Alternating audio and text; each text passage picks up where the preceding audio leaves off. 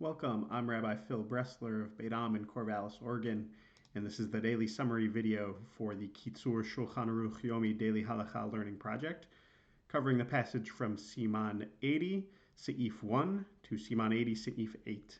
You can find links to the Hebrew and English text of this passage and to the calendar of upcoming passages in this video's description. So we're going to begin talking today about melachot on Shabbat, and we'll be continuing to do so for the better part of at least the next week. It's quite a long siman. So the Kitzur, as I mentioned previously when we discussed melachot on Yom Tov and Chol HaMoed, the Kitzur assumes that you already know the principal melachot that are forbidden on Shabbat, and it only wants to discuss the lesser known ones. A comprehensive introduction to melacha and to the laws of Shabbat is really beyond the scope of what I can do in a short YouTube video. So I'm going to include a link in the description to an outline of the 39 melachot with definitions and examples, as well as recommend the book The Sabbath by Dayan Dr. Isidore Grunfeld, available for about $10 to $15 from your local bookseller for a much more full explanation of the concept of melacha itself. Now remember, melacha is often translated as work, but it's not work in any sort of contemporary sense. Melachot are 39 specific labors that are prohibited on Shabbat. These have been derived through rabbinic analysis of the labors that would have been involved in the construction of the Mishkan, that's the tabernacle in the wilderness. So we begin under melacha number 36 and number 37. I'll be referencing that list of the 39 linked in the description by their number as well for your easy reference. So we'll begin under number 36, extinguishing, and also number 37, kindling a flame. These include increasing or diminishing the intensity of a flame. So don't on Shabbat read something that requires careful concentration by lamplight, because you'll be tempted to tilt the lamp in order to increase the light. Now remember, wax candles are okay. Tilting doesn't affect their intensity. We're talking about oil lamps. Also, don't open a door or a window near a candle. Don't close or open an oven in which a fire is burning. In general, don't do things that aren't the malacha itself, but that would directly cause the malacha of extinguishing or kindling to happen.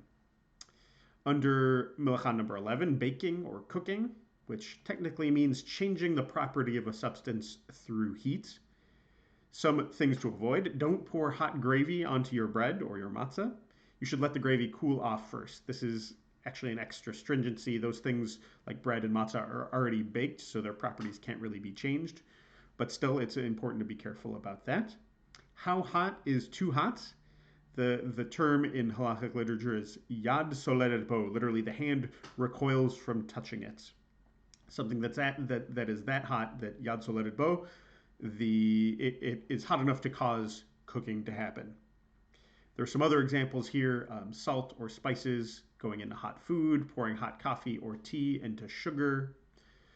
Don't put things in places where they might unintentionally cook. For example, fruit that is left on a hot stove.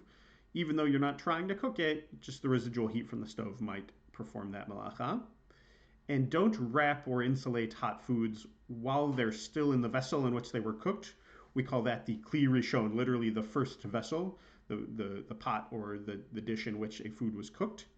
It's okay, though, to transfer out of that kli rishon into a different vessel, which we call the kli sheni, the secondary vessel, and then insulate that. I think the worry is that in the kli rishon, it's still going to be hot enough that the food will continue to cook while it's in there, but once it's moved out, it's away from the heat source and it's not going to be continuing to cook. There's a few food-related cases now under various other categories of malacha, and we'll continue this discussion into tomorrow as well. Don't rinse food that can only be eaten once it's rinsed. And I think this is probably a concern about malacha number 7, sorting, and probably also number 38, striking the final hammer blow, any sort of act of completion. By rinsing food that can only be eaten once, you're effectively turning it into food by rinsing away whatever is preventing you from eating it. Don't mix vinegar into condiments like mustard or horseradish, things like this. Unless you do it with a twist, with a shinui, you do it in sort of a different manner. For example, putting the vinegar in first and then adding the mustard, not vice versa. This is a concern about number 10, kneading. And finally, don't pick up fruit that you find lying around under a tree. This brings you too close to malacha number 3, which is reaping. Also, they're considered muktzeh, which is a category of things you're not supposed to handle or move on Shabbat, because doing so isn't really restful. It's not in the spirit of Shabbat. And we're going to cover that category of muktzeh later on in Siman 88. That's all for today. As always, our learning is dedicated to Rabbi Shlomo Gansfried, the author of the Kitzur, and the historic Jewish community of Uzhhorod, Ukraine. See you tomorrow.